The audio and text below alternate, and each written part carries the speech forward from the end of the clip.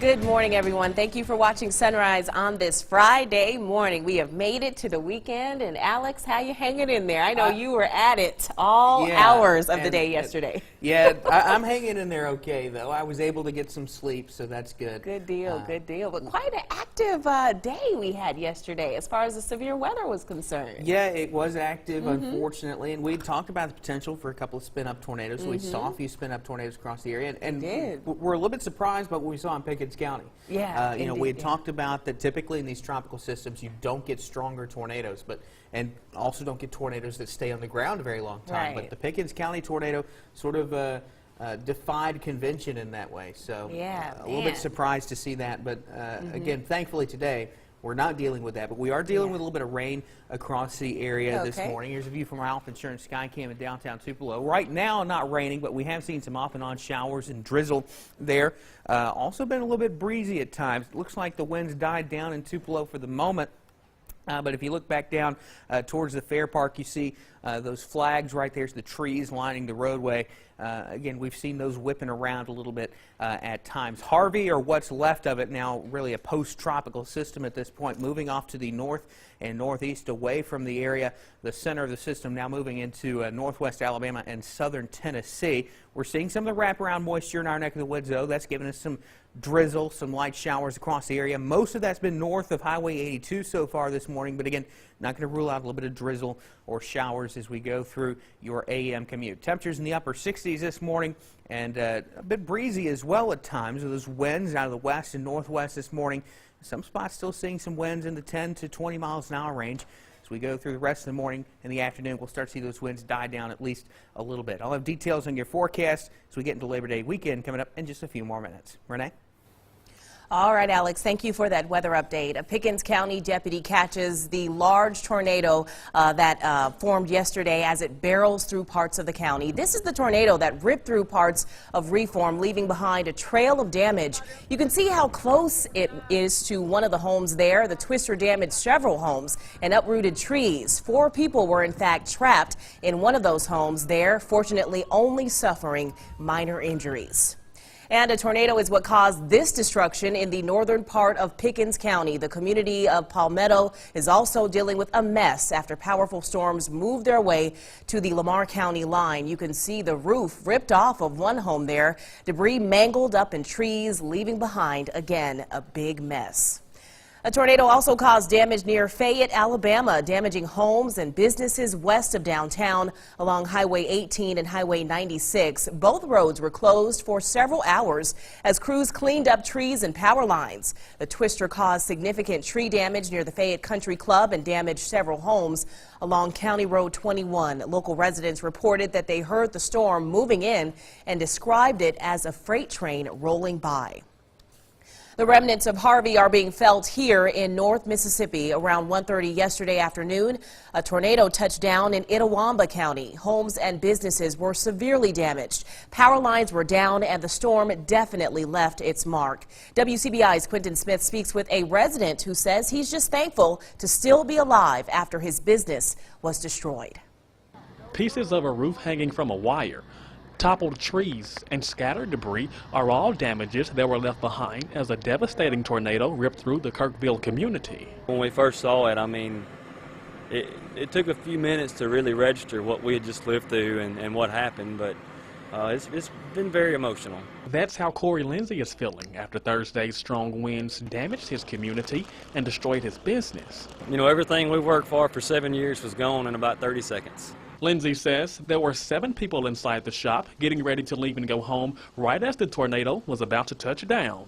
We was all trying to get everything gathered up to get out, and I just happened to walk outside and look back behind the shop, and the tornado was right there. I saw it coming. He quickly ran back inside and told everyone to take cover. I had my 7-month-old daughter, and we had a 6-year-old little girl in there with us too, my stepdaughter Juliet, and it was my main concern was their safety. We came in here in this bathroom, and this is where I came in here with my 2 daughters, and I had a hold of them, and my little 7-month-year-old was crying, and then Corey and his mama and his other 2 employees, we all came in here in this bathroom and shut the door, and within just a few seconds, we heard all the rumbling and all the noise of the tornado, and we come out to this. But even though the storm came and destroyed everything in its path, there were no injuries reported.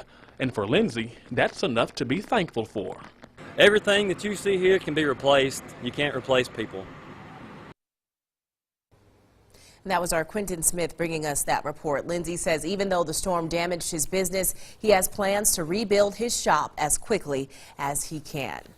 And after storms rolled through yesterday afternoon, gusty winds between 30 to 40 miles per hour associated with the remnants of Tropical Storm Harvey blew through the area. They caused some minor damage to trees, including to this one, which fell overnight, blocking Military Road near the Columbus Lowndes Public Library. Numerous trees were also reported down across Atala and Grenada counties. New this morning, a possible armed robbery at a gas station in Columbus. At around 1:15 this morning, Columbus police responded to the Sprint Mart at the intersection of Highway 69 and Yorkville Road East. The suspect was seen running and is described as a black male wearing a black face mask. Police were searching behind the building with flashlights and interviewing witnesses on the scene. We will have more information as it becomes available. Columbus police are looking for 3 people who robbed a man inside the Walmart around 9 o'clock Wednesday night. A woman approached the victim in the electronics department. Investigators believe this was a diversion. The victim was approached by a man who asked for money, and as the victim reached for his wallet, a second man attacked him. The woman then allegedly picked up the wallet from the floor and took money out of it. The 3 split up, but surveillance video shows them leaving the store together. Police are asking anyone with information on this case, particularly 2 people who may have seen the alleged crime, to call Columbus Police or Golden Triangle Crime Stoppers. And staying in Columbus, a string of car burglaries has police searching for who's responsible this morning. Police say early Thursday they responded to 7 calls of car burglaries at 2 different locations. Police say 5 vehicles at the Candlewood Apartments and 2 at Embassy Court Apartments had either busted windows or were forced open to steal various items. If you know anything about these crimes, call Golden Triangle Crime Stoppers. Well, coming up on Sunrise, Jory Talley talks with local dispatchers about how false or non-urgent calls can cause problems. And next, a Georgia officer is under hot water this morning following racist comments during a traffic stop. More Sunrise after the break.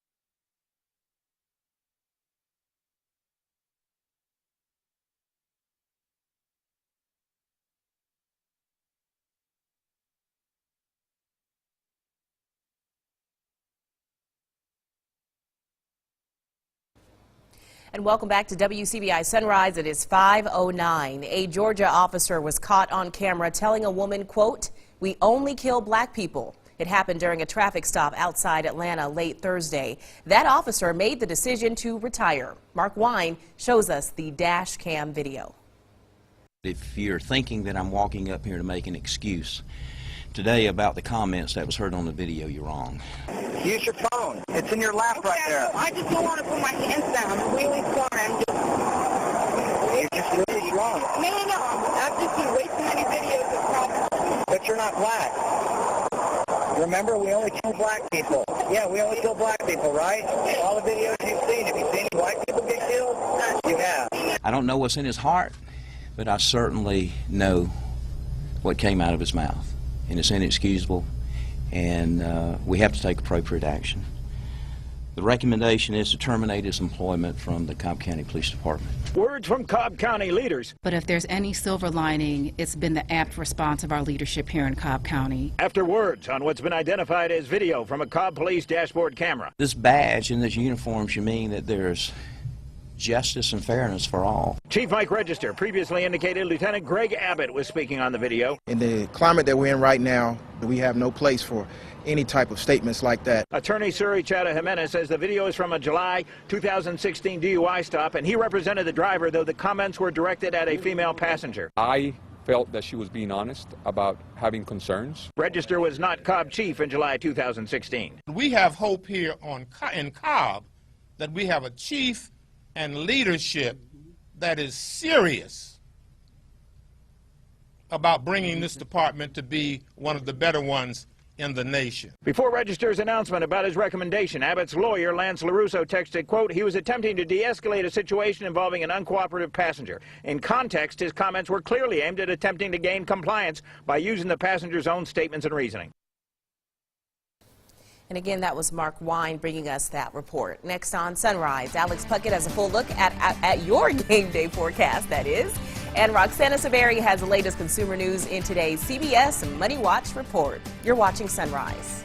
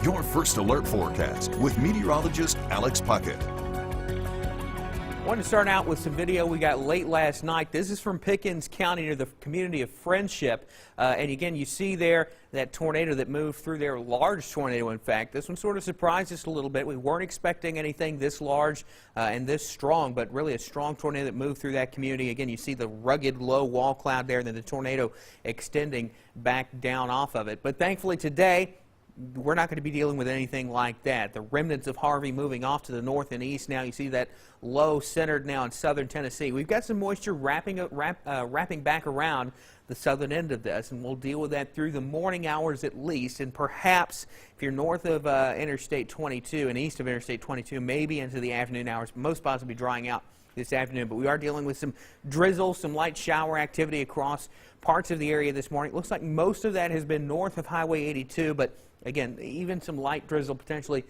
into the southern portions of the viewing area this morning as well. Temperatures in the upper 60s this morning to kick things off. A little bit breezy in spots. Most spots between, it looks about 6 miles an hour.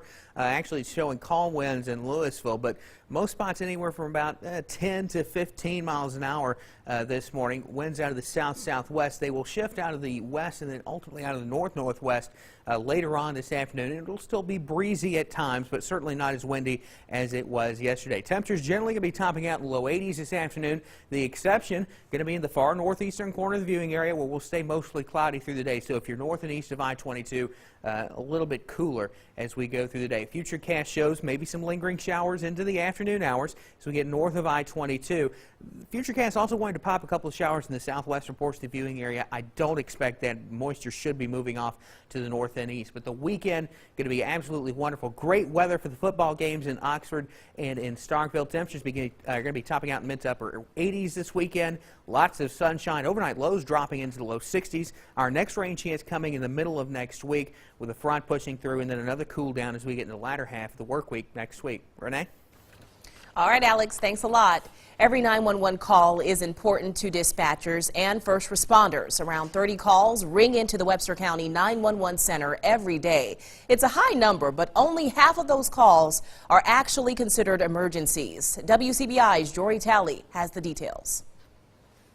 When a call rings into the Webster County 911 Center, dispatchers find out who is calling, what they need, and then it usually becomes the deputy's job to handle it. Every call is important to the person that calls in. I mean, our job is protect and serve, and a lot of these calls that come in is just serving, it's not protecting. Calls can go from the most traumatic ones to the ones you wouldn't believe would come through. Those range from parents calling in about their disrespectful children, the neighbor's dog in the yard, and even needing help changing a light bulb. I would never discourage anybody. You know, we're open 24/7. Please call for anything. But some things, you know, it's possible to use common sense, and a lot of times you can take care of it yourself. Sometimes it might be as simple as just talking to your neighbor instead of let us talking to your neighbor for you. You know, a lot of things like that. Deputies not only respond to what they refer to as service calls, but also to false calls. A lot of times people call in, my boyfriend's beating me up, he's got a knife, we get out there, nothing's going on, she said that she didn't call.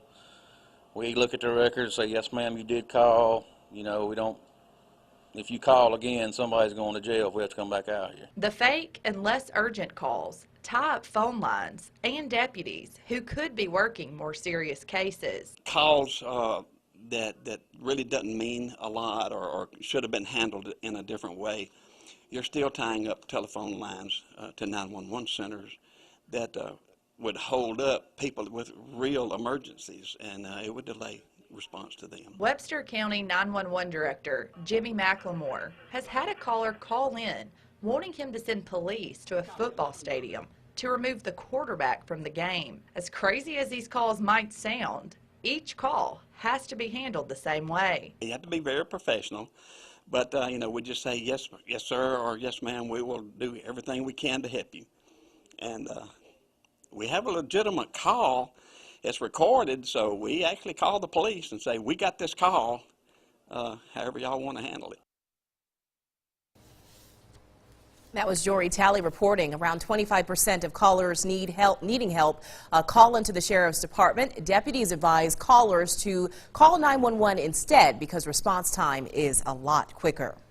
Coming up after the break, I will have this week's top stories of the week. Ooh, can't wait for that. And later on Sunrise, as game day approaches, MSU has a message for all tailgaters. Find out more coming up next on Sunrise.